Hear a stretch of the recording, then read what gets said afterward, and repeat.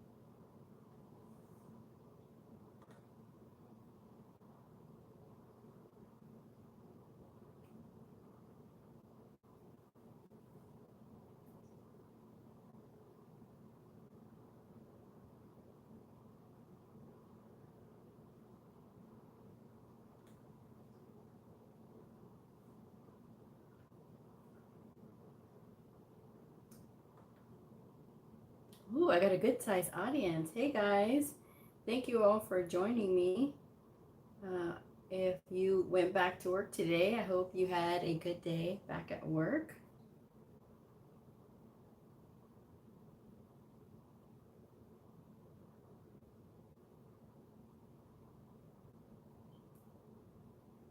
Sorry, just trying to get these notifications.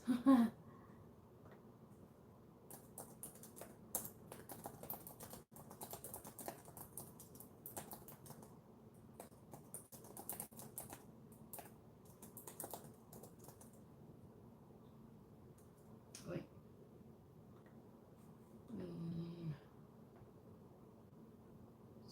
4 p.m. on the East Coast. That would make it 2 p.m. here.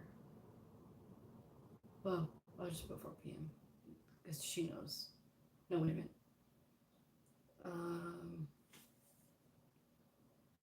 So that would be 2 p.m. Eastern. Sorry, guys. Get settled in. Get settled in. Yeah, I think that'll work. I hope I didn't do the time wrong. We'll find out here in a minute. All right. Ooh, lots of people. Hi, Miss. Hi, Karen. Hi, Christina. Hi, Taylor. Hi, Tressa. Good to see you. Hi, Crafts. Hi, Christina. Hi, Johanna.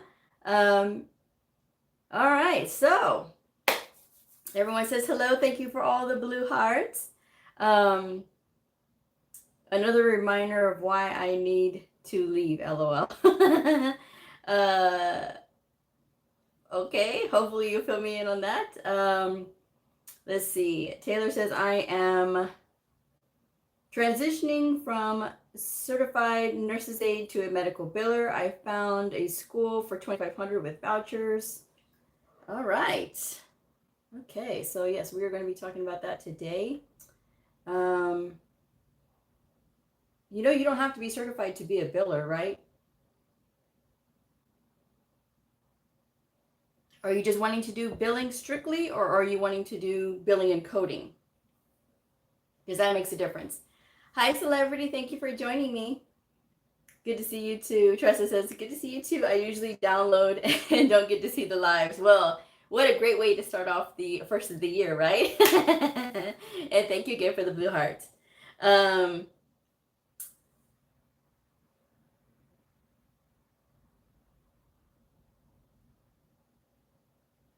Both billing and coding, but more billing. Okay, I got you now.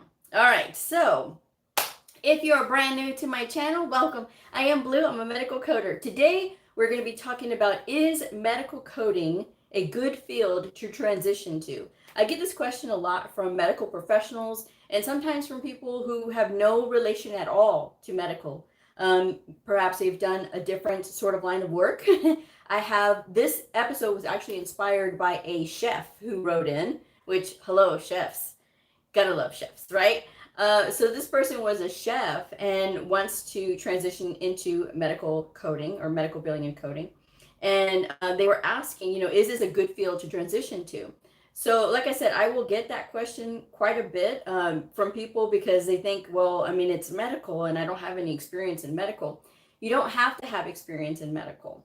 I did not have any experience in medical at all when I got into this. I didn't even know what medical coders were. I didn't know what they did. I didn't know anything about them. When I heard medical coder, my first response was, "Oh, I don't work with needles." So, yeah, that was my response to that. Let's see. Let me go ahead and pull up the comments that inspired today's episode. Which was, where did you go? Ah, yes. So the comment is, "Hi Blue, would coding be a wise choice for a middle-aged person looking to transition out of the culinary field? Looking down the road, I'd like to have something challenging and interesting, but something I can pick up in the next year or two. Risk adjustment coding seems interesting as well. Are there many work from home jobs in this field as well?" So here's the thing. A couple things first.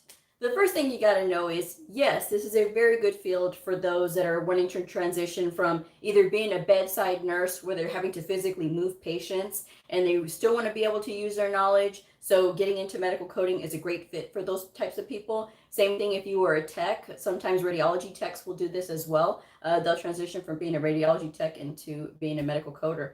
And sometimes people from like the culinary industry or even the trucking industry will come over and say, okay, kind of tired of doing that. Let me use something that I'm using my brain. Yes, but you got to know that first. You got to know that first and foremost. You do have to be a studier. This is not easy. This is not easy by any means. We have to know what doctors know while never having gone to medical school.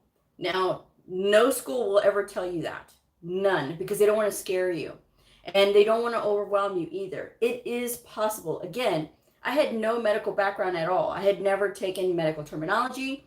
The best I had done in high school was like a biology class, and that's it. Everybody gets that.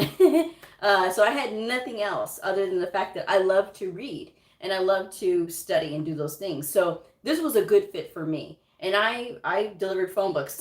I delivered phone books. I worked as a bartender. I worked at a halfway house. I cleaned houses. So trust me, I had every other thing going on except for being in the medical field.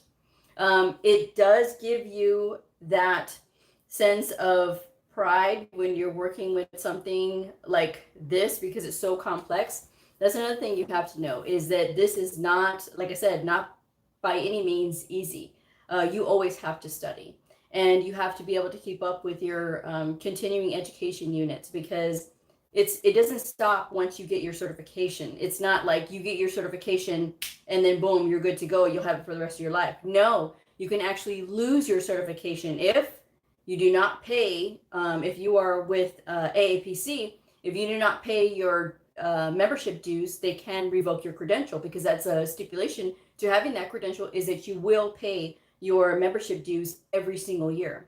And if you don't report the appropriate number of continuing education units, again, you can have your credential revoked. If you're getting a certification with AHEMA, now AHEMA does not have this stipulation. I mean, they have member prices and non-member prices. If you choose not to maintain a membership, that is totally fine, but just know that you will have a separate fee when you are reporting your continuing education units with AHEMA if you are not a member of their association. It is valuable to be a member of the association. I do currently carry a membership with AHEMA, and I do that because it's easier for me when I'm uploading. It does give me access to like their job bank and lots of networking opportunities as well. They have the like the local meetings, the chapter meetings and things like that, and so does AAPC. So having the membership does give you those special privileges.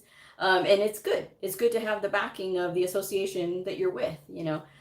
So yes, it is good, but just know that it is a marathon. It is not a sprint.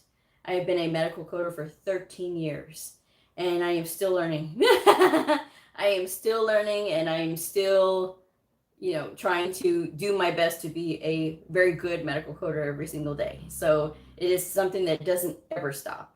But it is fun and it is exciting. It is exciting in that you learn.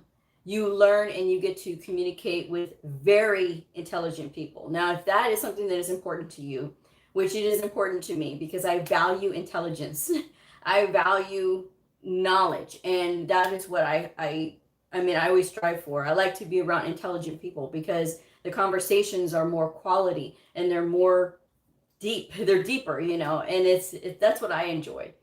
So you get some joy out of it when you're thinking about it in those terms. But also know this: to this wonderful job field, it's like seeing your first Trans Am, right? Not your Trans Am, but you're seeing a beautiful car and thinking, "Gosh, that's a beautiful car." But that beautiful car also goes really fast and is a lot to maintain.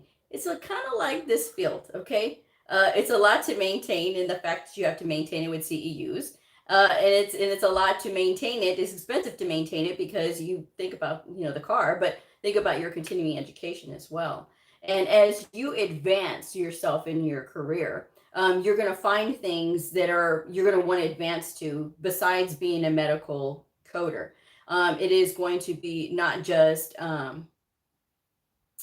sorry, it's not just about being a medical coder. It's also about being an auditor. When you find yourself, your level of knowledge goes up, and you want to be an auditor, and that is a huge responsibility because if you're auditing other medical coders, if you become an auditor for a facility, that facility's accuracy rests on your shoulders, and it can't just be because you like to tell people that they're wrong. It has to be because you like to educate people. There's two types of medical coding auditors: ones that love to tell people that they're doing wrong and how they're doing it wrong, and not really saying anything other than I said it was wrong, so you're wrong, and not explaining why. Then there's the other type of auditor that takes the job very seriously and says, you know what, this is why this is wrong, and let me show you this so that you don't keep making the same mistake again. Because there is a way of telling people and showing people how to do things versus, oh no, you're wrong. And you will have those two different types because not everybody is as professionally evolved as the last person. So professional maturity comes with time, right? It also comes with experience too, because you can come into this field being very professionally mature because coming from whatever line of work you're coming from, sometimes you carry over those skills. But doing that, you have to be prepared. And so there's auditors, there's CDI, clinical documentation integrity. And that is actually working with the doctors to make sure that their documentation is better. Now, typically in the past, it has been solely like on the shoulders of nurses, but recently they've allowed, veteran coders who've had experience to do this, which I think is great because that is a special area of interest that I have. Because for me, I've worked very well with my providers. I've gotten their documentation from, not having a lot of detail to, okay, now we have a clearer picture. And that is the goal of the CDI, is to get a clearer picture of what's actually happening and make sure that the provider understands that there's a difference in their documentation when they are more specific. So it's not about, well, if you get more money, if you do this, and it's never about money. It is always about the quality of the documentation when you are a CDI. And so that is something that you can advance to there. If you want to be the captain of the ship, meaning that you've had experience, and even not even having experience, but having really good leadership skills. A very good leader will know by looking at the group that they're working with, they will know how to utilize each person's strongest strengths. And so being able to tap into those strengths and to be able to really apply those in that setting can make for a very, very good and very productive environment, and a very encouraging environment as well. But it really takes somebody that's a good leader to be able to recognize that, because not every leader has that. So that's just a few things you can do. And of course, there's always teaching. After a while, you've been a medical coder for a while, and you want to go on to teach others and to share what you know and to watch those new medical coders grow and develop. That is the best thing to me. That's one of the best things. I have the privilege of doing that every time I get a booking for tutoring. I get the privilege of that every time I put together something for my Patreon channel. So that's what I love. And I also get that when I teach my providers as well. And so that's what I like, you know, and you'll find those things as you spend time in the field.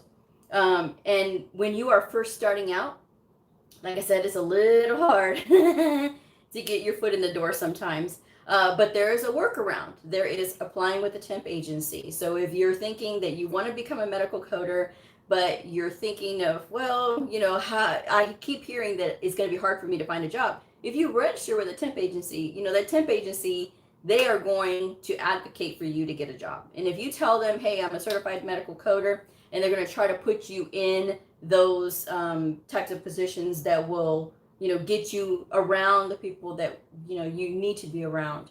That is the best first step that you can do. You also have to have a really good cover letter, and you have to have a really good resume. Because if you send out something that does not show your skill, how is that employer supposed to know? And a lot of times people can get passed over for even just the slightest infraction.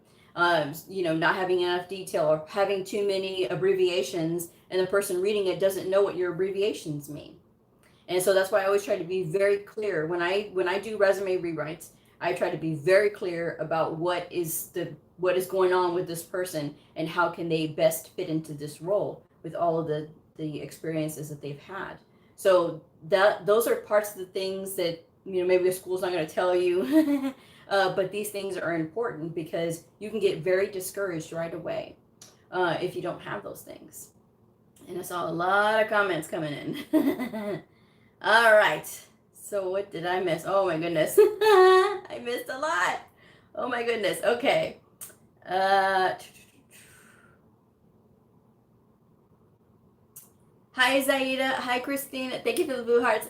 Christina, do you know of any good companies that would be looked at for, okay, do you know any good companies that can be looked at for remote billing? Celebrity says, grabbing my coffee. Kraft said, I got called stupid a couple of times by a customer because I told them my department couldn't assist. I did provide them with the correct info. Some people, oh my goodness. Yeah, there's just some people that they think it's okay to just take stuff out on people. And you'll find that.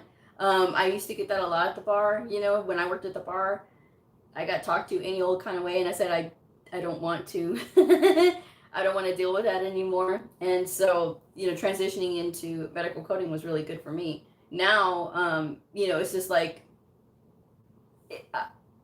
what I deal with at work is nothing compared to what I used to have to deal with before working, you know, when you're working with customers and things like that. So, hi, Michelle. Thank you for the blue hearts. Taylor, I am so ready. And sometimes that's what you need. You have to have that motivation of like, I don't want to deal with this anymore. I want something better for myself. I deserve better. And that's what, you know, you're ready for it. You're ready for it. Hi, CB. Thank you for joining me. Jamie, hi. Thank you for the blue hearts, Jamie. Is there such a thing as a RN coder? Yes, there are nurses who go on to be medical coders. Celebrity says, I'm back. Okay. Luna says, do the coding certificates also qualify overseas in other countries? They're worldwide. So yeah, I mean, it's not like you have to be recertified in another country. But if you're thinking of like doing like remote coding and then like you're overseas and that kind of thing, unless you're working on a military base, that's not going to work.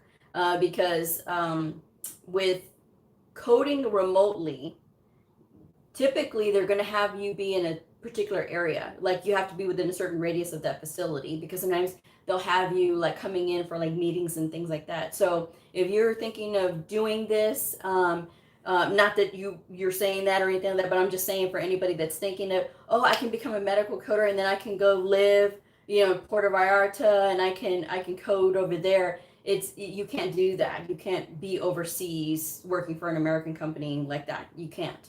And a lot of times these companies will send you their equipment. and they have to know the location of that equipment, which is why people who think that they can get into an RV and travel around the world or travel around the US with an RV and coding, you can't do that either, because we have to have a secure internet connection, because these are private records and private patient information. So if that is something that, maybe that you were thinking about, not that this person was thinking about it, but if anybody else is thinking about it, I would strongly suggest that you consider something else if that was your total goal.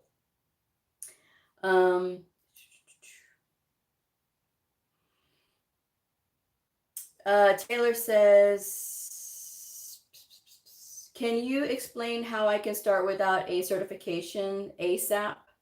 You can try a billing job. You can try medical records. You can try release of information. You can do that, Taylor, if you want to try those places out.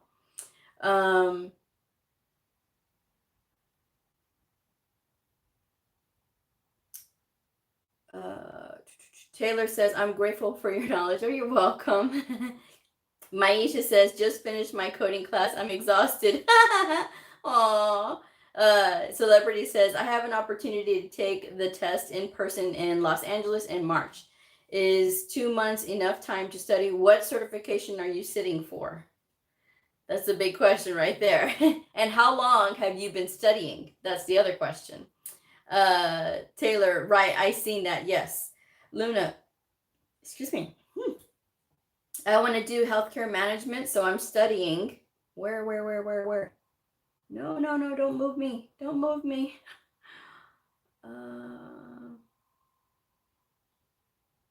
Okay. Luna says, I want to do healthcare management, so I'm studying that in college while I study coding. Kraft says, do you know of a good workbook that helps you learn word parts, definitions, or medical terminology terms? Is anyone in Los Angeles? Check out AAPC website. Is it hard to get in the door without a certification? I mean, you need to have some kind of training. If you have not been, if you have not sat for your certification yet, some employers will let you start if you've completed a program and you're going to be sitting for your certification within 6 months. Some will be generous and tell you you need to be certified within 1 year. Okay.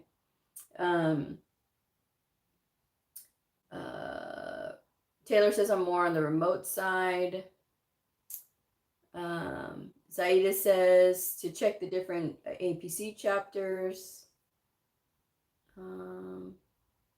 Taylor says, I enjoy being an investigator. Can I get CEUs and pay for my own certificate? Can I take CEUs and pay for my own certificate? I mean, you can't, none of those CEUs will count until you have your certification.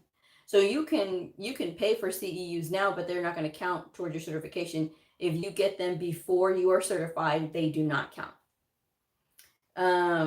What is an RN coder? Didn't you just ask that question, Patel? Teresa says, Bleu, I did an excellent job. Bleu did an excellent job. Bleu did an excellent job on my resume and cover letter. Highly recommended. Thank you, Teresa. I appreciate that. Tina, the path to be mostly in a training position is what? Would it be getting an RHIA? I'm toying with the idea of getting my master's in HIT and then getting certified with RHIA. Good idea, right path. First steps first, Tina. First steps first. Taylor says, you are right. I did my research. They want you in the same state. Yes. GD says, hi, Blue. Doesn't temp agencies require some experience, or that's still a little better route for a new coder? They don't require experience because they're the ones that the employer they're calling the temp agency for the coders. So if you're certified, they're like, okay, great. You want to work for us? Can you pass our test? Okay, you're as good as gold, because that employer is not going to be questioning that temp agency, because they're going to expect that temp agency to have already gone through all of that background check and making sure that you at least know how to basically code. So that is why temp agencies do not require any experience. You can tell them, hey, I'm newly certified. I just need a job. And so again, it is on the temp agency to advocate for you to get work so that they can get paid too. Let's see. But yes, it is an excellent route for a new coder. That's why I have said and begged and pleaded for y'all to get registered with the temp agency so that way y'all can start getting work. Tina says, I concur with Tressa. Bleu updated my resume and cover letter. I'm all set. I just need to get my CPC. That's right. Celebrity says, reception, medical records clerk. Medical records clerk, yes. Receptionist, no. Because receptionist is not... it's not going to get you that experience with medical coding. Even medical records is not going to get you medical coding experience because depending upon what you're doing. But a receptionist is sort of like a dead end. It's the same thing with doing scheduling. Now, some people, and it's inevitable, guys. Somebody will tell me, well, that's how I got my start. I was a scheduler. Okay, but not everybody has that same experience. So with scheduling, you're basically calling the patient. So you're essentially operating, the phones and things like that. So again, you're not really doing things that's putting you more into the coding side of the house, like doing risk adjustment or doing medical billing. Even medical billing, even though with medical billing, you're sometimes just processing paperwork and just putting it through and not really looking at the stuff and making sure and doing all of those checks like a coder would be doing.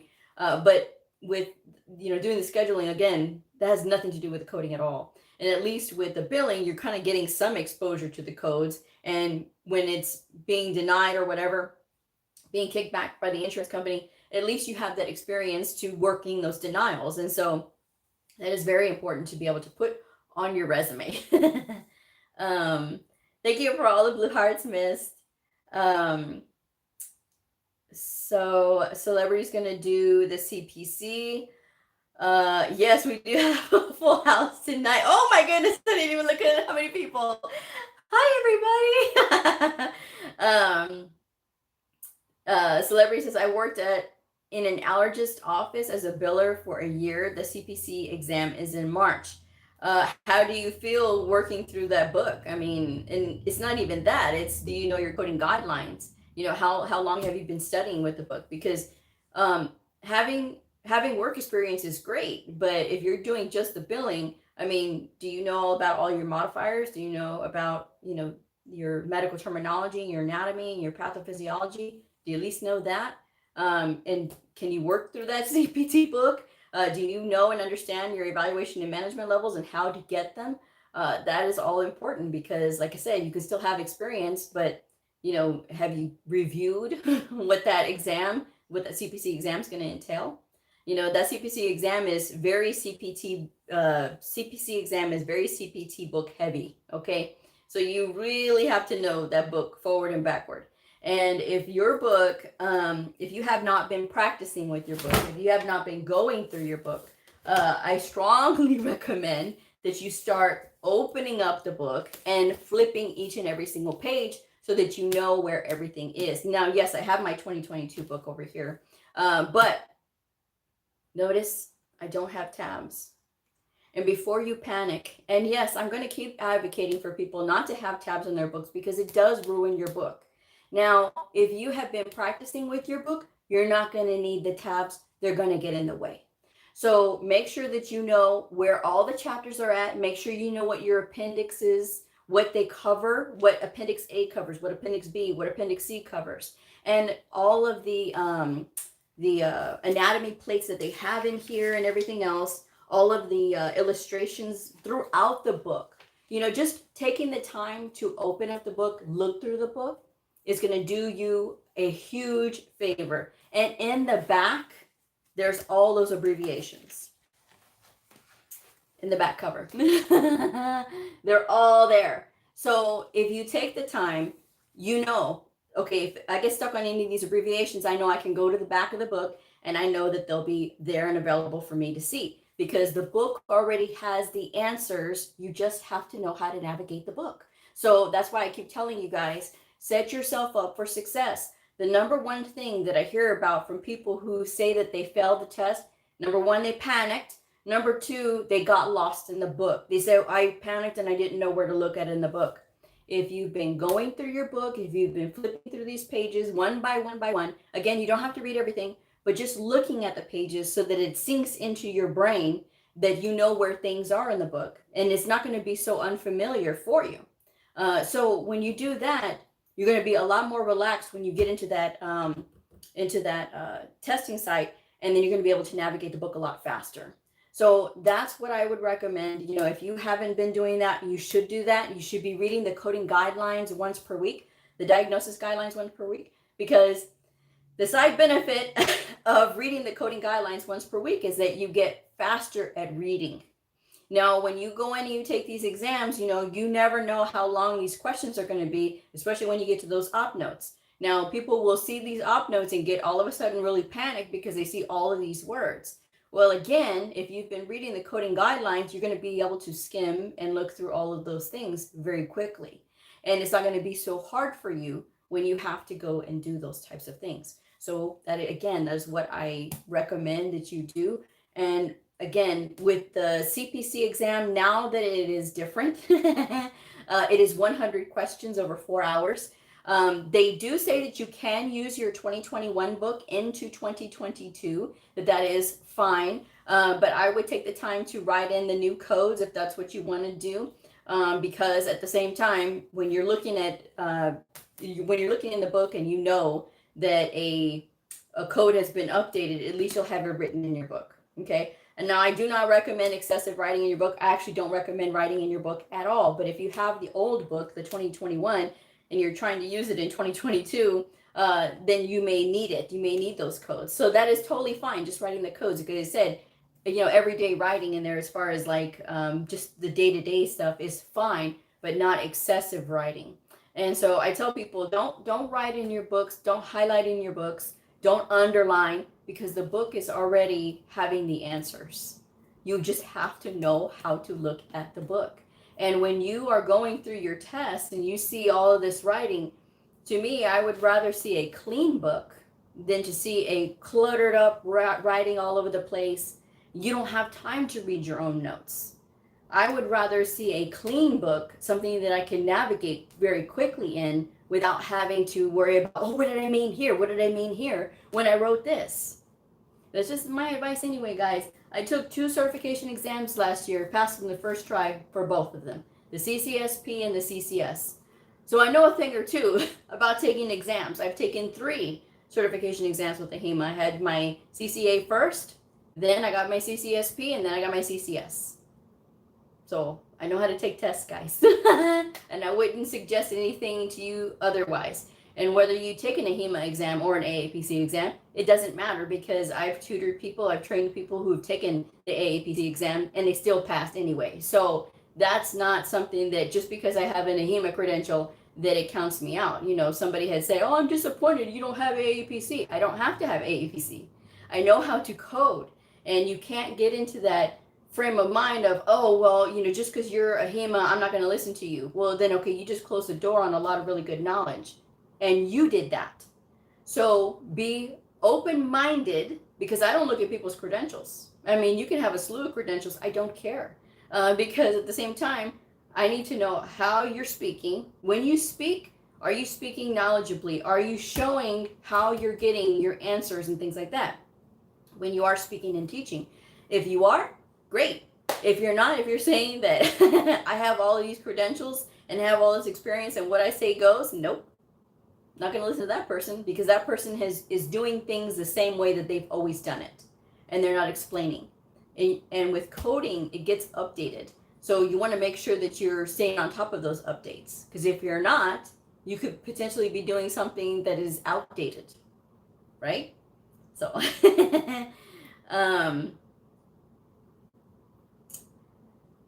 Taylor says, what is the best PC and product I should purchase? Said is talking to Juicer. But Taylor, I would just use any computer. It doesn't have to be the best. You don't have to use Mac. You don't have to use Apple or whatever. People ask me my recommendations. What do I have? I think I have. I don't even know what kind of computer I have.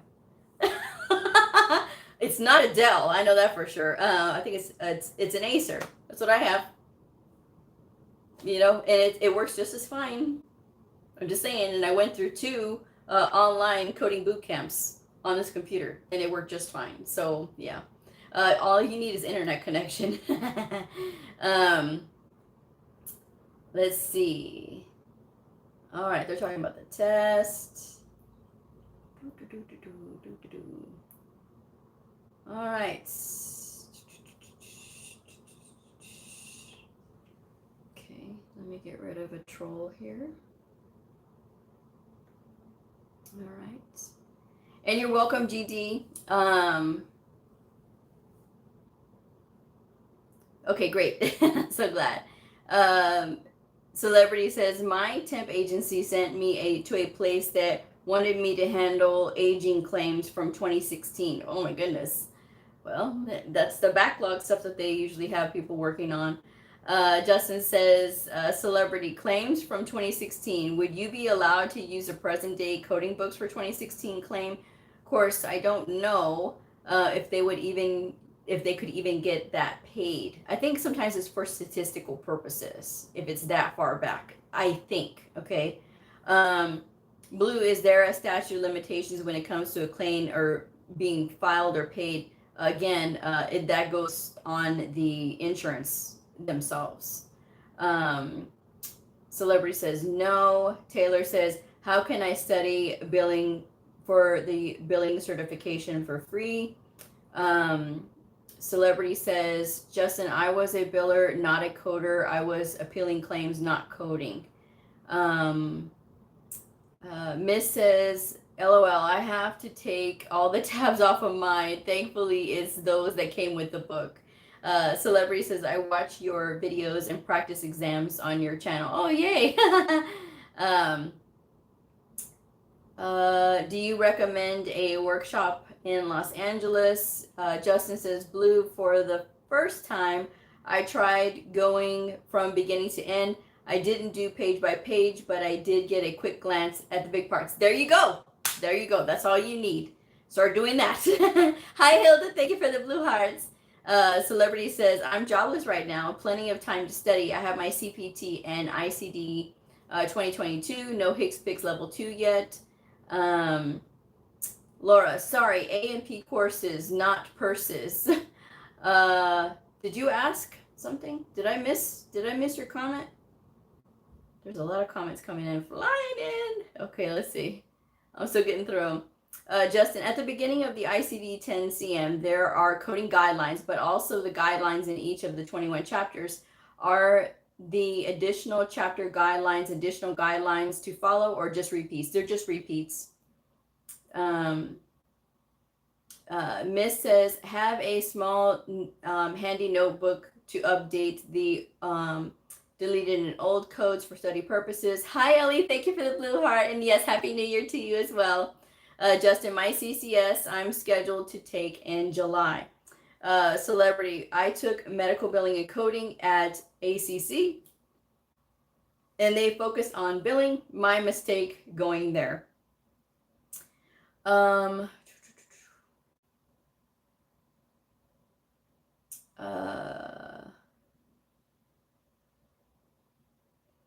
Celebrity says, I want to do the AHIMA CCS. Justin says, AHIMA CCS, you want the ICD-10 PCS and the ICD-10 CM and CPT.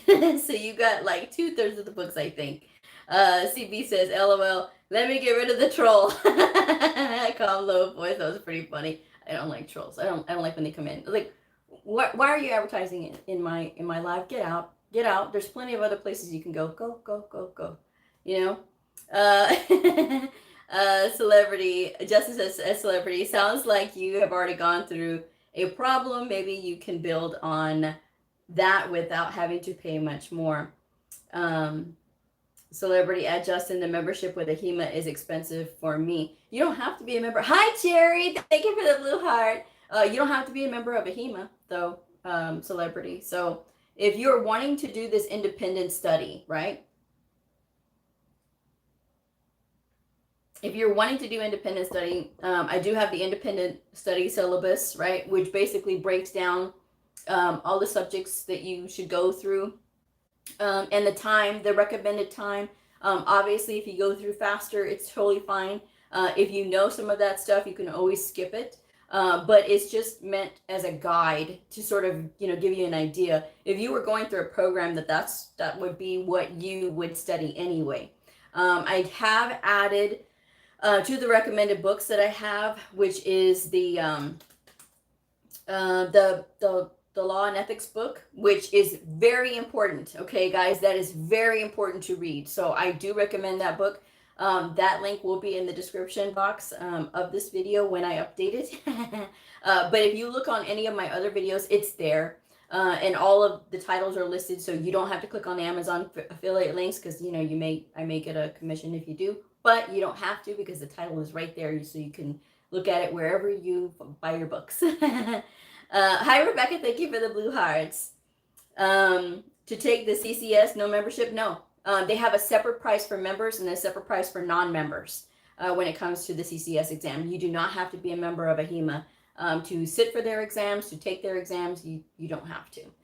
Again, it'll just be a different price. I believe it's $100 more. So yeah, it's not bad. It's $299 for members and $399 for non-members, I believe. So yeah, you're just paying $100 more, and Happy New Year, Jerry. Again, thank you for the blue heart. Celebrity says CPC exam, you must be a member. Yes, that is true. CB, yes, the price is different slightly, I think by $100. CCS, you don't have to be a member.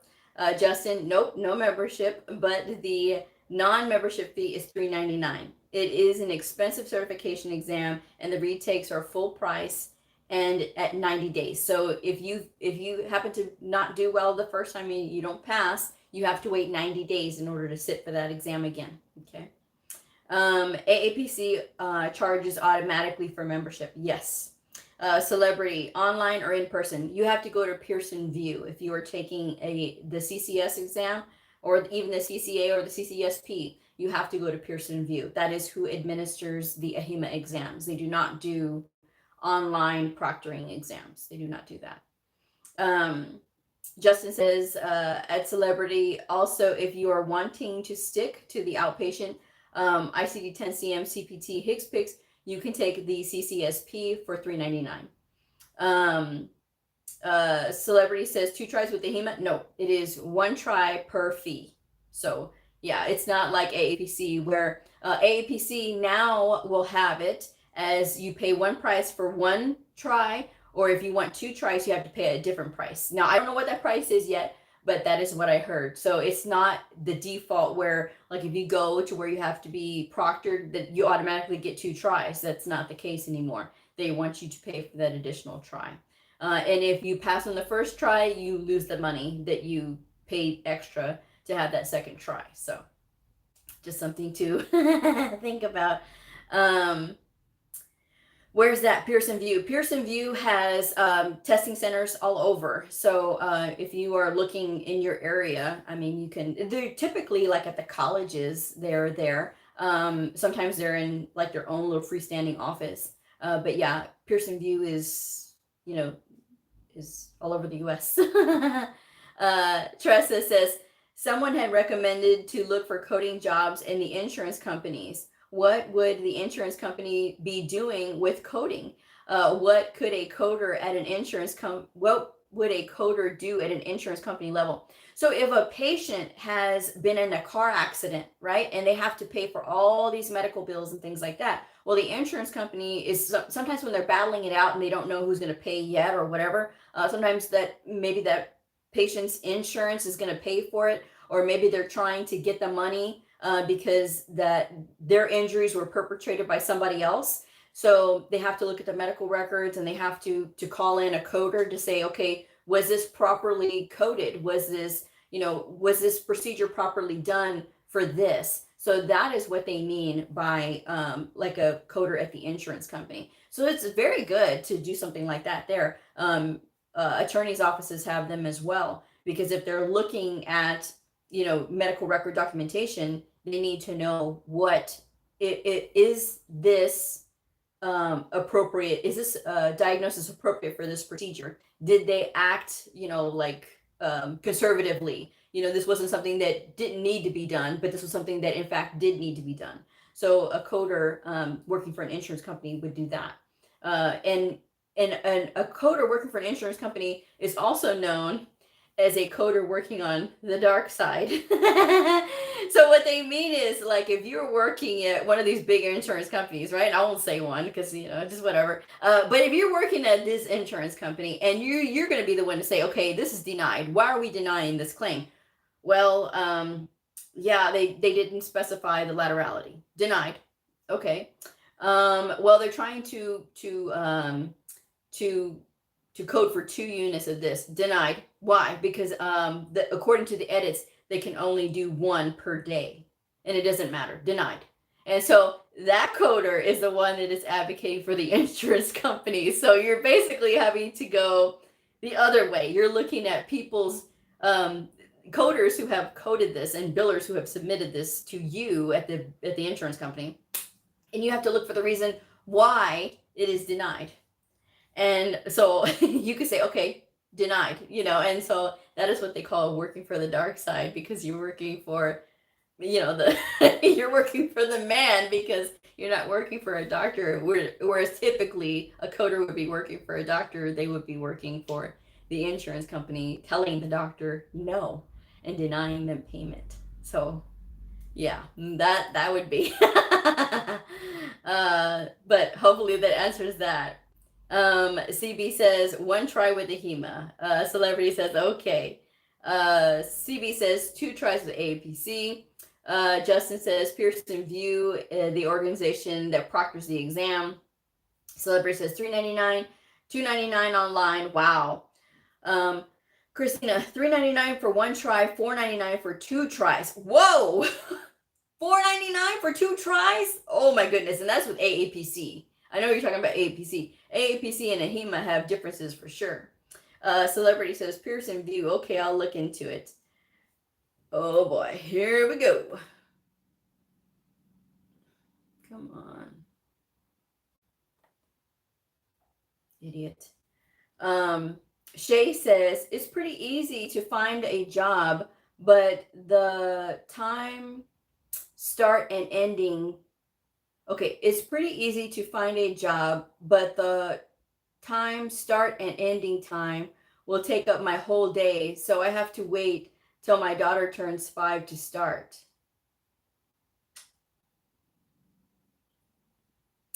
Justin says those certifications are expensive though. Goodness. Celebrity says trust AHEMA. I trust AHEMA. They have been here longer. Justin says same. Personally, I did my research and I personally believe AHEMA is the better choice. Celebrity says dang. CB says what? Do you need a mod? Right? I think I do. Right? CB says, I wonder what was said in that meeting, LOL. AAPC is aiming high this year. Wow, yes. And people will still pay it, though. That's the thing. People will still pay it. Justin says, just my opinion, though, about AHEMA. And CB wonder, sorry, super surprised. Yes. So, as for your comments, Shay, so with finding a job and having little children and things like that, and well, they're going to be in daycare and that kind of thing.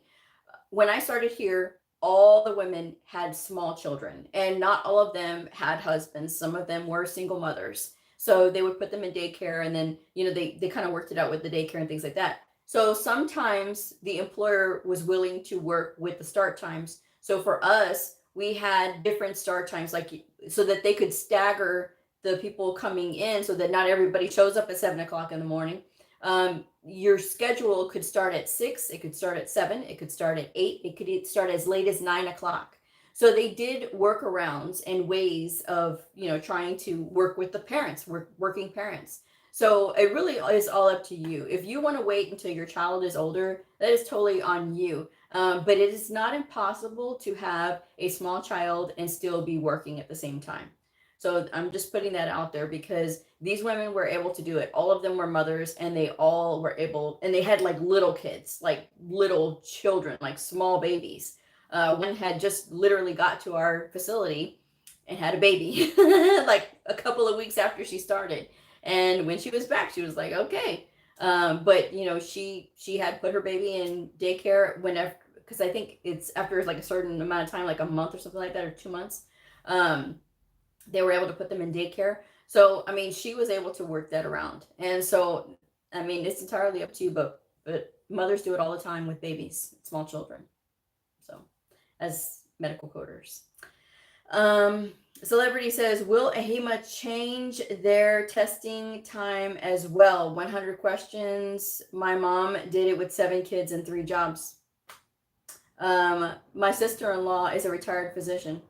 So, will AHIMA change their testing times? No, I don't think so. AHIMA they're not,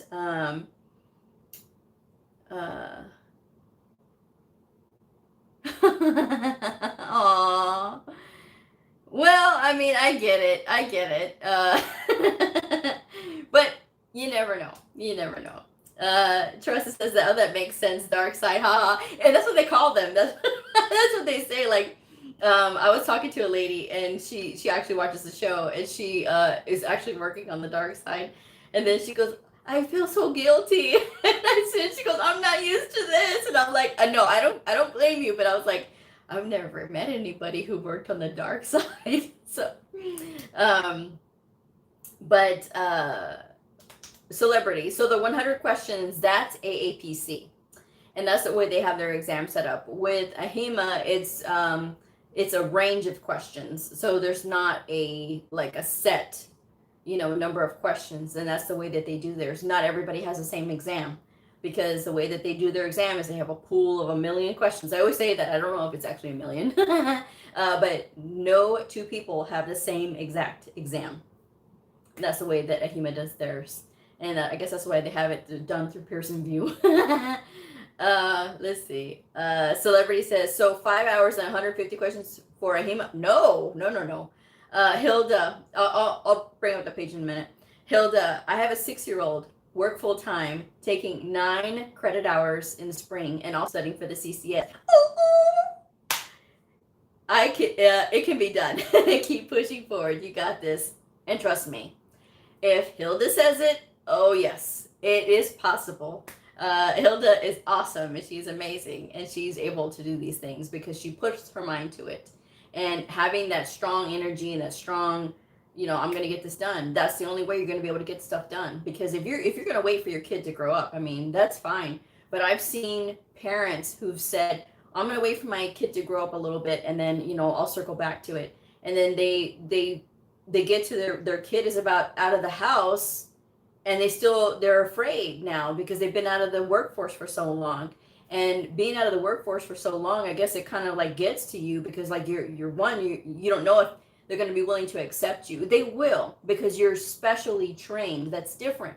It's different from, like, I haven't been working in years, and while I have some skill, I don't have any technical skill. Medical coders have technical skill because we know how to navigate in these books. And so that is different. That's bringing a whole different ball of wax there. So when you do that, that is something that will make you a lot more marketable. Let me unplug this real quick. That'll make you a lot more marketable versus not having anything at all, right? And so you have to think about that. You have skill that you're bringing. And not only that, you have all of your experiences that you're bringing with you. So don't count yourself out just because you haven't been in the workforce in a while. And a lot of times people will say, well, I've been raising my kids. Okay. Well, majority of medical coders are mothers. I am not a mother, but majority of medical coders are mothers. So they get it. But it all depends on how you're marketing yourself and explaining your absence. You don't have to go into this big, huge, long thing. Well, my kids and this and that and this. They don't want to know. Okay, you were raising your kids. That's it. Straight to the point. Okay, now next, right? I can do this. I can do coding. So, let's see. CB. Shay says, thanking Hilda. Yes. Hi, Christopher. Thank you for the blue hearts. And good to see you. I'm so glad you joined me. Hilda says, as women, we tend to give up our identity for our family, but you have to find it in your being to put yourself first. Yes, your babies are watching you get it done. Yes, thank you. Thank you, thank you, thank you. Thank you, thank you. Because I'm not the only one saying it now. I have been saying this. I have been saying this and saying this and saying this. Your kids, your family, your sister, your brother, and your cousins, anybody that's looking up to you, they're looking to see how you handle it. Oh, well, they say they want to be a medical coder. Well, yeah. And now you're showing that you can do it. And then when you get your certification, there you go. And you absolutely can. It's just about putting your mind to whatever it is that you want to do. If you want to do this, then you will. If you want to come up with excuses and reasons why, and oh, it won't work, and so and so says I can't do it, and my other friends say I shouldn't do it. Well, are they signing your paycheck? Are they supporting you? That's the kind of things that you have to ask yourself. And if that answer is no, okay, then they're not always going to be there to tell you what to do in your life. You have to have some direction on your own of what you want to do and what it is that you want to accomplish. Because once you make up your mind that this is what you want. You want a nice house, you want a nice car, you want to go on trips, you want to be able to do all of these things. You have to work for them. Not everybody can get a sugar daddy or a sugar mama, okay? You have to work and you have to be doing these things. You have to learn. And if learning is what you love to do, then this field is for you. But it takes commitment. It's not always going to be fun. And there's going to be painful things. But trust me, there is no math in medical coding. There's plus minus math, yes. A little bit of multiplication, yes. But it is not advanced math. It is basic math. But yeah, so don't panic about that. But, again, if you have your goal, that's what you want to do, then you'll find a way. You will find a way.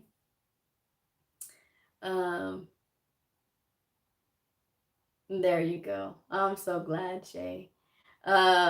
Celebrity says, should I take the CCA before taking the CCS? We'll get back to that. Hilda says, you got it, Shay.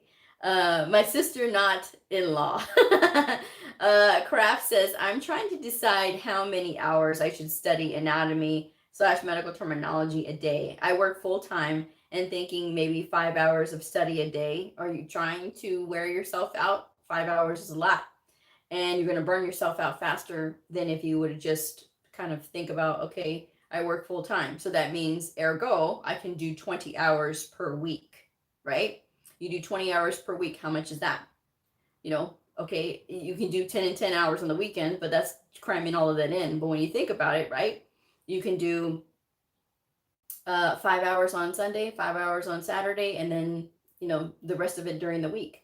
So you got 10 hours during the week. That's 2 hours a night for 5 days, and you got your 10 hours there. So again, you can come in, you can have dinner with your family, you can have dinner with your spouse or your doggies or your kitties or whoever you have your dinner with, and you can, spend some time with them, and then go in, do your 1 hour of study, take your break, 10 minutes, 15 minutes, half an hour, whatever, and come right back to it. Too many people are spending time on other things like watching movies or being on TikTok, heaven forbid, or, doing other things, right? Watching, whatever shows that you want to, when you can actually be investing that time in doing your studies. 2 hours a day doesn't sound that bad, does it? So again, when you think about, look at my example, right? When I was studying for my CCS and my CCA, no, my CCA, my CCS-P and my CCS. When I was doing this, right, I would come on here and live and work with all of you and be doing my shows where I'm talking for sometimes an hour, sometimes 90 minutes. Sometimes a little bit longer than that. It really all depends. So I'm working a full-time job, 40 hours a week. Plus I'm doing tutoring. Plus I'm doing resume rewrites. Plus I'm doing my show 5 nights a week. Plus I'm doing Patreon. So I've got all of these 5 things going on. I still managed to, once I closed up the show for the night, I would go take a shower and I would go and I would study my book. I would work with the PCS book. I would work through those problems in the back in Appendix M and in the PCS book, because I don't have hands-on inpatient coding experience. I just have book experience. And that was where my worry was when I was studying for the CCS exam, which is because that's half of that exam, or it's not half, but it is covered on that exam. And so I'm thinking, you know, I know the outpatient side, the only part that worries me is that inpatient side. And so studying with the book, and I would do that for an hour. Sometimes I would do that for 2 hours a night. Sometimes do it an hour and a half. It really all depends on how tired I was. And then I go to bed and do it again the next day. So if you want to put the time in, if you want to fit that in, you will. But so many people look at studying like it's a chore. It's actually not a chore. You know, the most satisfying thing was actually getting through one whole page of coding, So then I knew I was getting faster. And if I was getting faster, that made me feel more confident when it was time to take that exam. And like I said, it wasn't that I had set a time already to take the CCS exam. This was, I was going on my instinct. And at the end of the summer, early fall, that's when I felt it. I was like, okay, and it's time. It's time for me to schedule my exam. So it was around early October. The 3rd of November was when I scheduled my CCS exam. And so that was a time frame. It wasn't that I was trying to give myself, weeks, but it was the schedule too for Pearson VUE for here. So I said, okay, then. And plus I had to go put in leave for my own leave at work. And so doing that, I scheduled it around that time and I passed. So that's the thing. If you want to do it, you will make the time. If it's important, if it's a priority for you, you will make the time. And again, 5 hours on Saturday, 5 hours on Sunday, and 2 hours each day during the week doesn't sound bad. It's only 20 hours. And that's a good amount of time. I always tell people, if you're not working, this needs to be your job. This needs to be your job. Studying needs to be your job. So you need to be doing those 40 hours a week because you have no excuse, right? Because you're not working. But if you're working, you can do 20 hours a week. That's working part-time. So that's only working 60 hours totally in the week, but it's not doing anything else with anybody but studying in your book. You still have time for your family. So you're not having to sacrifice everything. But in the time that you are studying, it does need to be quality. And asking for 1 hour of quality time at a time is not a lot, and so that's when it's just like, okay. And if your kids want to be involved and they will not leave you alone, fine. They can hold up the flashcards that you make. You can make them together. And if they don't want to do that, then all of a sudden you'll find yourself being left alone. But give them the option if they won't leave you alone. Give them the option. Okay, you don't want to leave me alone, fine. Then you're going to help me study. The byproduct of that is they're going to pick stuff up. They're going to start learning too. This is a win-win. It's a win all the way around. Let's see. What do we got here?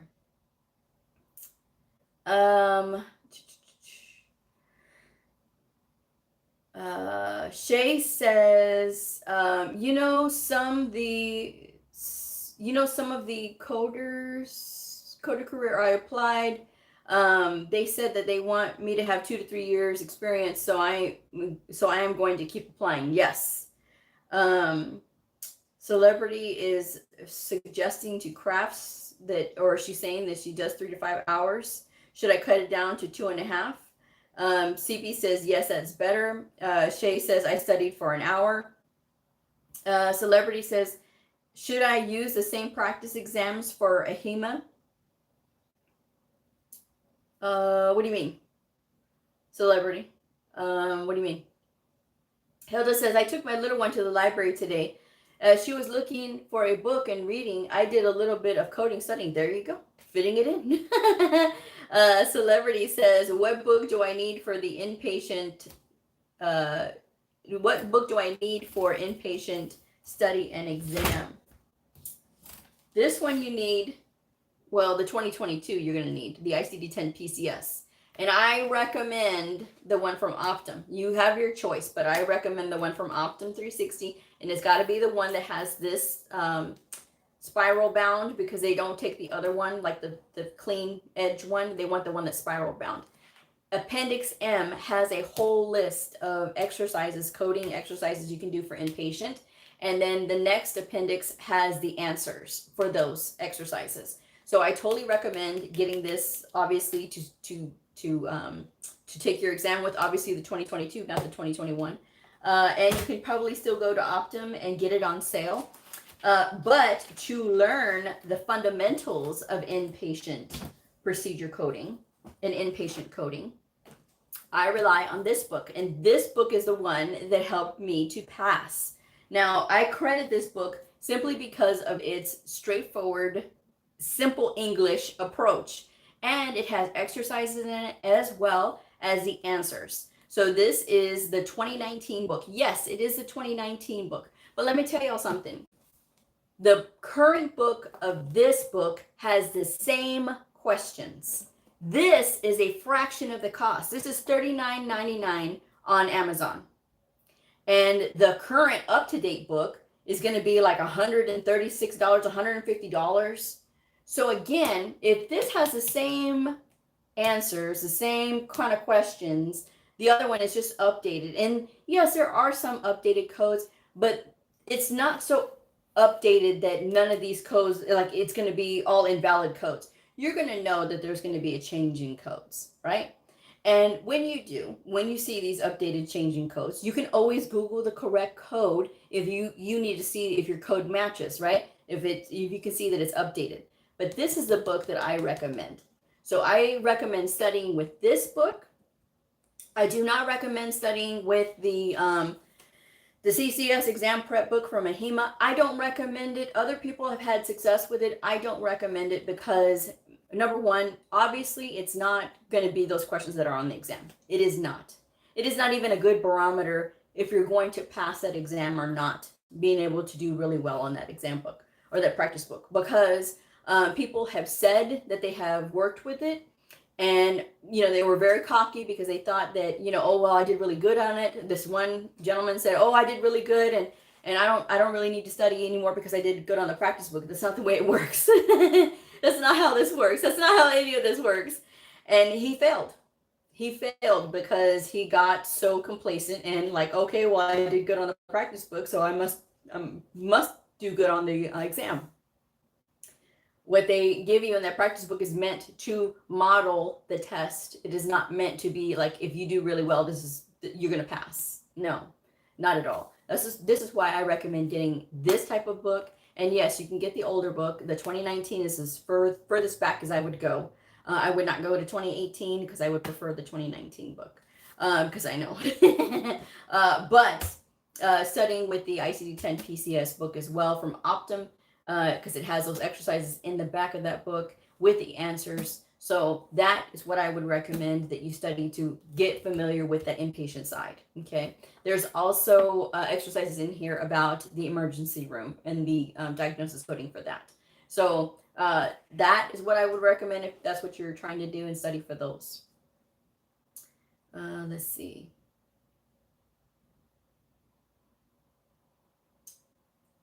Hilda. For me, the library forces me to focus and less distractions. Yes.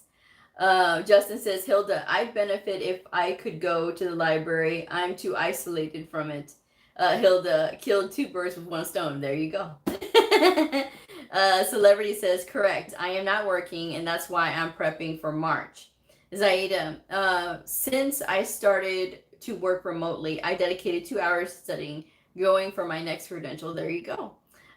Celebrity says, I have the CPC exam, practice exams, and those are good for the outpatient side of study. So I do recommend to people, even if they're taking the CCS exam, that they study with the CPC practice exams, because they're very, they give you the answers and the rationale, and I like that. And there's only been a couple of instances where I've kind of disagreed with those codes that are on there, but for the most part, I really like the way that they break down the procedure codes. So that I recommend for your procedure side. This I recommend for your diagnosis and your ICD-10 PCS side. And I also recommend that book for the medical law. Is it medical law for healthcare professionals? I recommend that book. So strongly, okay? If you hear anything I say, strongly recommend that book. So that is what I would tell anybody that is studying for the CCS exam. Karen says, hi, Blue. I'm not working, although I need to be working because I have a household to support. Celebrity says, I have the Optum, but it says expert for physicians. That's fine. Karen says, I spend time doing apps for coding and others, and another part doing Practicode, but I'm drowning in bills.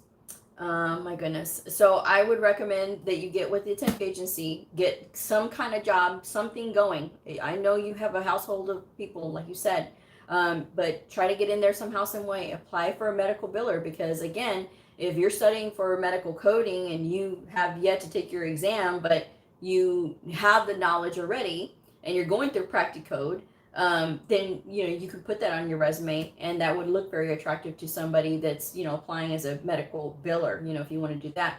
If you don't want to do that, that's fine. Apply for release of information at the hospital. If you're looking to get into a hospital, try release of information. Try medical records tech. Somebody that is working in there, because it will be a lot easier for you to transfer over. There's also prior authorizations. Try to apply for those types of positions. Something to get in and something to get you some money coming in. Again, applying with a temp agency is another good thing, because if they have something open, they will get you a position because they want you working. The more people they have working, the more money that temp agency makes. The more money that they make, the more that they're able to expand or do whatever, or get more money or have profits or whatever. So they want you working. So I know it's really hard, especially when you're the one who's supporting everybody, but the best thing that you can do is stay motivated and try going to those places. It's just my advice anyway. Let's see. Celebrity says, I can't see it. There's a lag. Zaida says, I just got the 2022, and you are right. They have almost the same exercises. There you go. And that's the thing. That's why I tell you guys to save your money, because it's very expensive.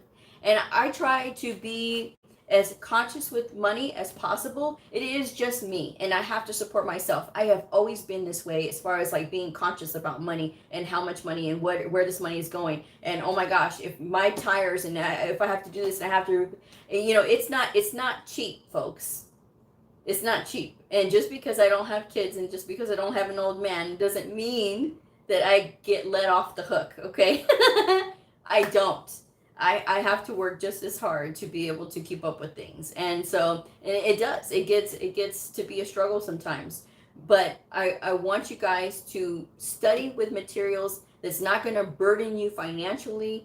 It's out there. I mean, like, this book is still so valuable, and I love this book, and like I said, I credit it for helping me to pass, because it explains everything. The fundamentals is never going to change, right? Those fundamentals are not going to change. The coding guidelines, you can get the latest updates ones from CMS, and you can download them for free.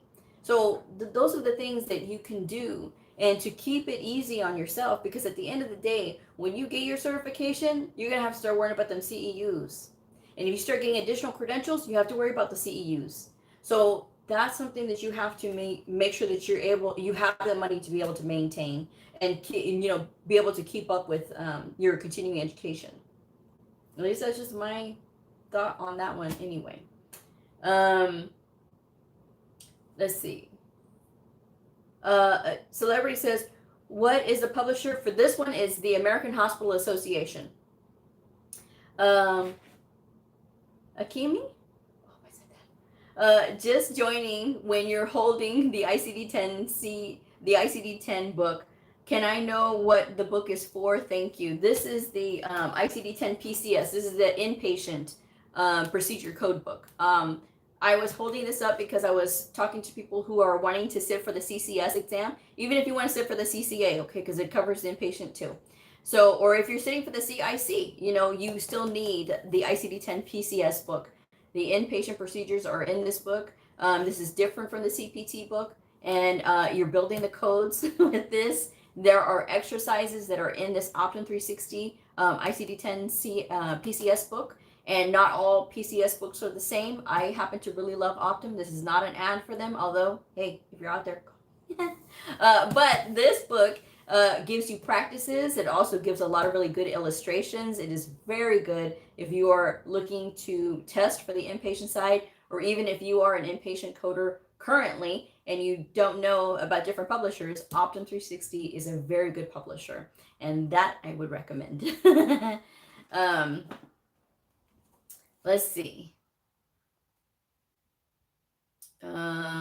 Celebrity, the pink cover. This one.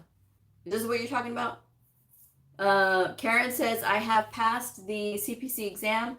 I have with temp agencies, nothing in Mississippi. Well, the part I live in. Lady Levi says, Karen, congratulations. Did you pass with HEMA or AAPC? She has her CPC, so she has AAPC. Celebrity, I did billing during the summer 2020 lockdown. They had me running around literally doing everything when the doctor lost half of his staff. That was nuts and scary. Oh, wow. The celebrity says the ICD-10 CM and ICD-10 PCS coding handbook. Yes. CB Blue, I am a little confused about CEUs for AHEMA. I know it's not like AAPC, but it's basically that you have to take classes every 2 years. You have to report your CEUs every 2 years. So sometimes with some employers, they will give you, of course, you have to sit through the class, but they will do classes and they will offer you CEUs. Some employers will give you a stipend so that you can select whatever CEUs you want to. There's different vendors out there. Imagine if you follow them on LinkedIn, they also have their March Madness Blitz where they're doing free CEUs every day in March. So if you are not on LinkedIn, you should get on LinkedIn. If you need to get CEUs, that is the best place to get a lot of them because that's like 30 days worth of CEUs. So 30 CEUs you can get if you take the whole thing. And with AHEMA, it is different. The amount of credentials, CEUs is different for the credentials. For AAPC, there's a whole list of however much you need per however many you have. Craft says, on location for your job search, just put remote.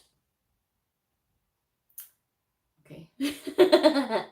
But yes, Karen, I mean, I know it's kind of hard, especially in certain places in the US, depending, on where you are and how rural you are and things like that. If you're not on LinkedIn, I would get on LinkedIn. Sometimes they have remote positions that I see for new medical coders available. So I mean, it's very sporadic, but I mean, that would be another avenue that you can check out.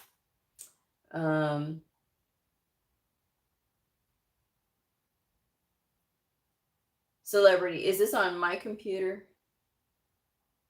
Lady says, thanks, Blue. This info is always so helpful and needed. Oh, you're welcome. Yeah, I think so, Celebrity. Because I see a little bit of a lag on my computer too, but.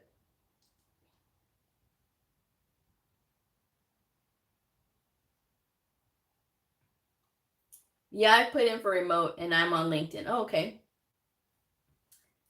Just keep plugging away. Keep plugging away. There's a bit of a lag. I don't know, and two, when I was trying to upload, because I was trying to upload my video for Patreon, and I was just like, it was taking forever to upload. I was like, I thought this was going to be over, like with the lag time once Christmas got out of the way. because like I thought about like what is it, those Vlogmas, but no, it's it's just still doing it. So I don't know, guys. Sorry. Are you plugged into Ethernet? Can you hold the pink book one more time? Or Wi-Fi? I'm on well, I mean, I'm on my phone, so my phone is the one with the internet, and I've got the Wi-Fi as the extender too. So it's not like, you know, I have no internet. I don't know why it's doing that, but hopefully it'll clear up. All right, Karen, I'm not giving up. Good.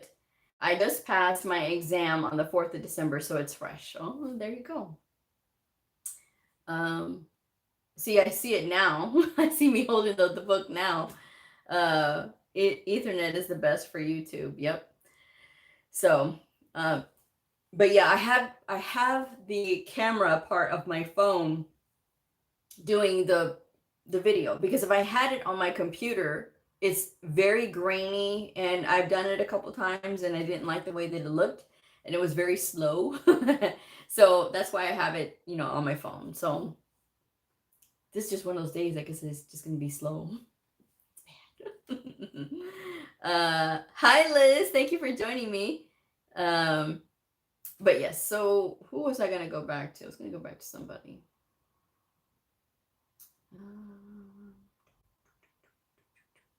I think it was the CCA, the CCS question. Was it the CCA, CCS question?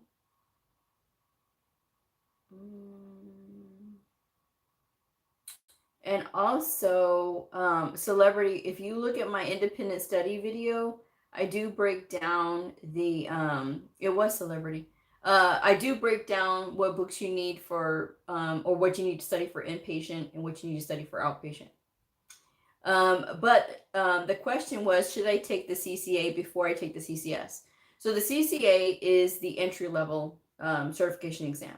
This says that you have enough knowledge to get through and start, because you're tested on both inpatient and outpatient when you take the CCA.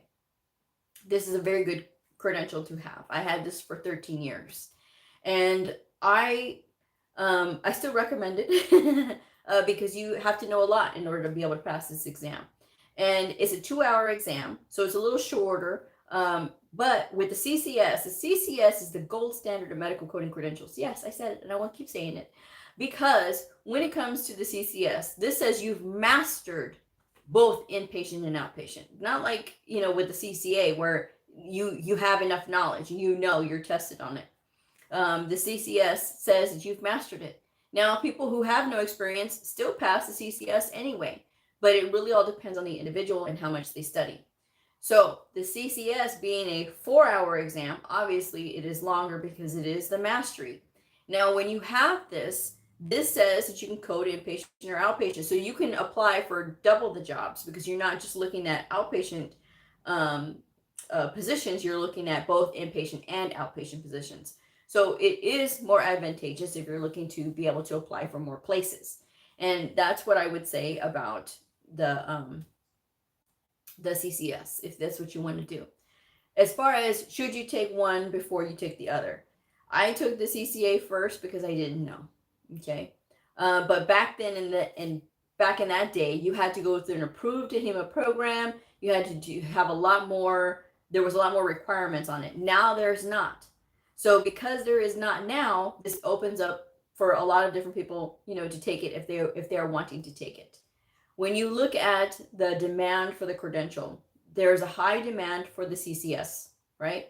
There is still people asking for the CCA. However, there are ignorant people out there, and I'm just going to be blunt about it. There are ignorant people because they say, oh, well, we didn't want the CCA. These people also say, I don't want a CCS, I mean, a CPCA.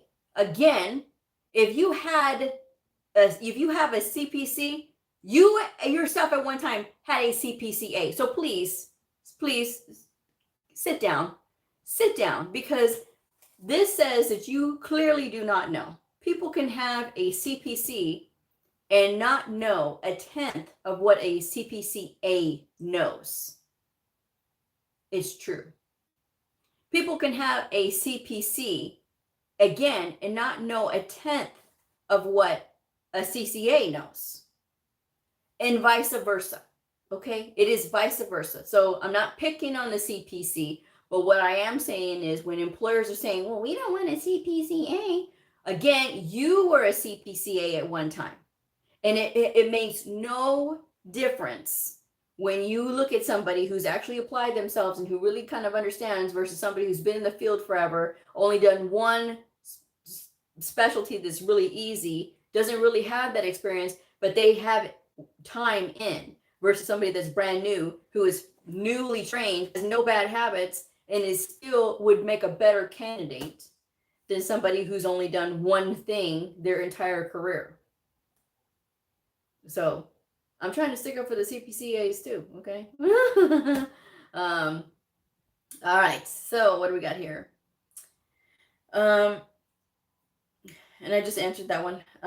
So, I mean, it's entirely up to you. If you sit for the CCS and you pass CCS, you don't have to take the CCA. But if you want to start with the CCA first and then take the CCS, that is totally fine as well.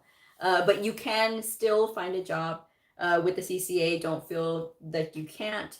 I'm just saying that there's still ignorant people out there, but I was able to find 4 jobs successfully and make a really good living with the CCA.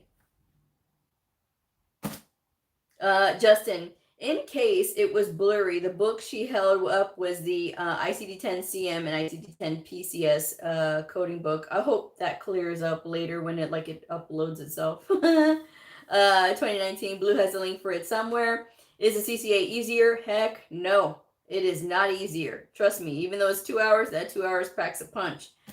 Karen, as celebrity, she took it at Delta Technical College in South Haven. Zaida says that Karen, you can find a job on LinkedIn. You can contact recruiters from different companies. Sometimes they have openings for CPCA. And sometimes I've seen them remote too, you know. Michelle, hi Blue, Happy New Year. Hi, thank you for the blue heart. Celebrity says, I'm proficient in medical terminology, but scenarios confuse me with the principal diagnosis.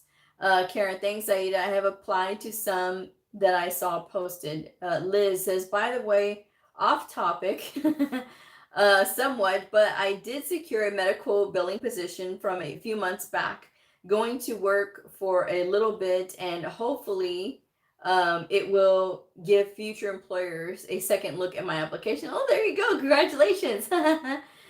Justin, I'm going to Indeed, and LinkedIn and the local workforce agency, as well as direct applications. And maybe there's a temp agency near here. I don't know one though, but I'm sure the workforce services agency with the state will have something if I can't find it. And thank you for all the blue hearts, celebrity. Yes, that is the way to be proactive, folks. That is a way to be proactive. I am so sorry about that graininess. I don't know if y'all are seeing all that graininess. I've been seeing graininess. I don't know what's wrong, but hopefully we will not have this issue tomorrow. But yes, so hopefully that answers your questions about if you should get into this, if you should not get into this. At the end of the day, it is entirely up to you. I have found something in this field that is for me. It is not for everyone. I will say that. Unfortunately, it is not for everyone. But not everybody likes the same things either. So that's the thing that you have to know. But hopefully you know before you get into it, you know that this is what you're up against. And that's always my hope, is that you guys have some idea of what you're up against. Because if you don't, and then all of a sudden you get blindsided and you spend all this money, you know, I understand being upset.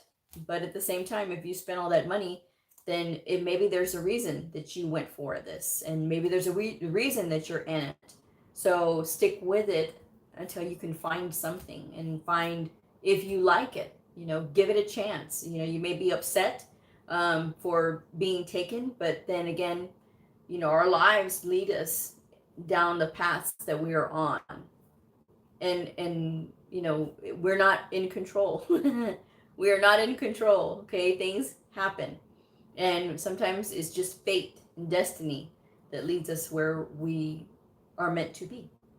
And I feel like that's what happened to me. I still tell anybody that'll listen, that with me, medical coding found me. I did not seek it. I did not go and look for it. It found me. And when it did, it's like, here I am. And I've been with it ever since. I'm like, okay. And you're with it. It's a commitment. It is a commitment. There's going to be times when you're not going to always enjoy it. And there's going to be times when you're going to love it. And you can't wait. You can't get enough. And then there's going to be times like, where's the match? I just want to set it on fire because I don't want to do it anymore. But, you'll get it like that. There's those times, but you just have to go with it. And don't give up. Do not give up.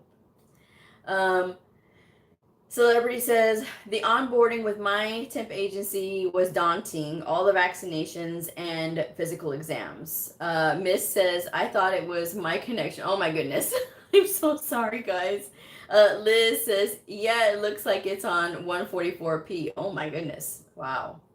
I don't know what to do, guys. I don't know what to do. And I had such a huge audience tonight too. And it has sustained. It has sustained all this time. I'd never have this large of an audience. So y'all must really like me. Justin says, as celebrity, that's a good reminder. I need to get a hold of my vaccinations in line so I'm not delayed because I need to get tetanus or something else, and I'm getting my booster soon. Celebrity at Bleu, did you ever see Mr. Bean taking the exam? That's me.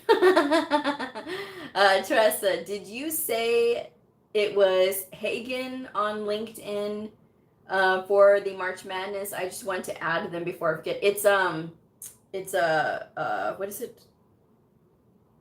Oh, why did I just forget? Somebody remind me. Oh, hi, Dr. Lynn. Happy New Year. And you would know where it's at. I don't know how to change it. It never did this to me before. Who is it? Imagine. That's who does the Tressa. That's who does the I put the name in the thing.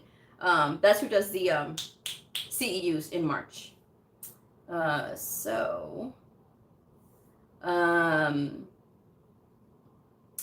Celebrity says, Justin, that Tdap shot hurt for weeks.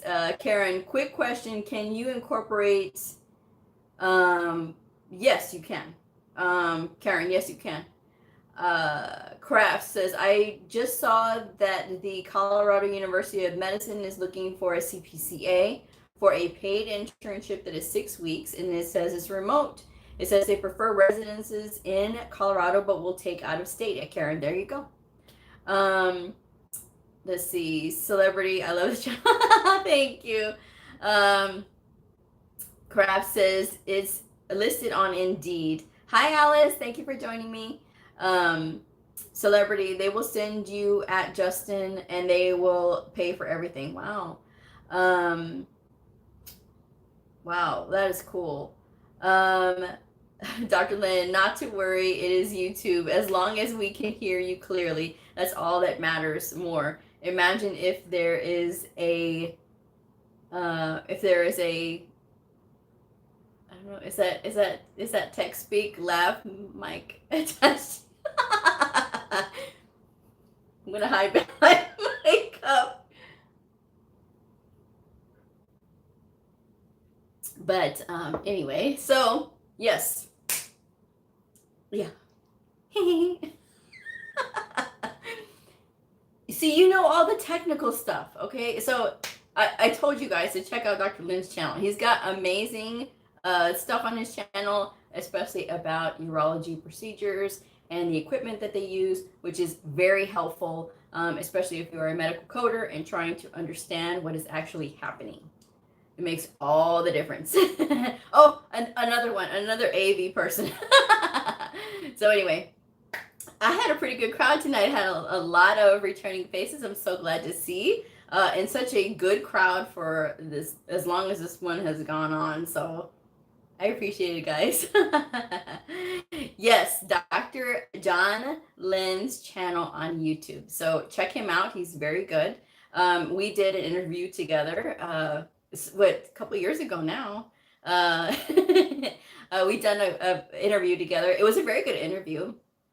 It was in my early days when I didn't have lights and I didn't have a tripod. I didn't have any of that stuff. So Dr. Lynn was very gracious, and we did a really good interview. So maybe one day when this whole COVID thing is over, maybe I'll take a trip out to Arizona where he's at, and we'll do another interview then. That would be a lot of fun. Celebrity says, like the stream, folks. I saw that. Oh, good. I'm so glad. Yes, that was awesome. And that would be a good time, right? That would be a good time. Or going to one of those conferences, because he's gone to some really awesome conferences. He went to one in Las Vegas. Now, I have been to some awesome conferences, but I am still waiting for the day when I get to go to a conference in Las Vegas, because what better time to go to Las Vegas than for a conference? And plus you get to do all those fun things. And I haven't been to Vegas in so long, but we'll see. We'll see how it goes. Yes, sometimes we forget. Yes. All right. So if there are no other questions, I'm going to go ahead and wrap this one up. But this has been a very lively conversation. And if you are looking at getting into medical coding, consider that, it is a commitment. It's not like a cute puppy that, is going to stay small. No, this puppy gets big, and the puppy's going to tear up your house if you let it. With medical coding, it's the same idea. Things can get out of control when you don't know and understand what you're doing. That's why you have to continue to study. You have to continue to practice. You got to get disciplined, just like you would if you were training a puppy, getting that puppy disciplined. You have to be disciplined as well when it comes to studying and getting what you want. So that way you can have the lifestyle that you want, or you can have the career that you want. Because at the end of the day, you're going to be spending all of these hours doing this, and it needs to be something that you enjoy doing. So, Dr. Lynn, oh my God, I go twice a year to Vegas. I'm like, oh my gosh, just rub it in. Just rub it in now, sir. Celebrity says, can I stand and stretch during the exam? No. With Pearson VUE, if you're taking it there, you can raise your hand, but you cannot just stand up and stretch and do all that good stuff. Yeah, it's very monitored. You're welcome, Zaida. Thank you for the blue hearts, Celebrity. Justin, I hope for the day I work for a facility that they will pay for me to go to Chicago's AHIMA's conference. My family is there, and I haven't been there in a long time. Thank you for all the blue hearts, Miss CV. Celebrity, I see books better standing.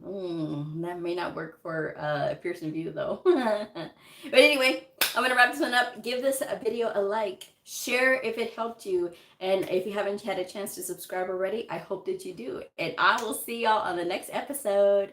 Bye.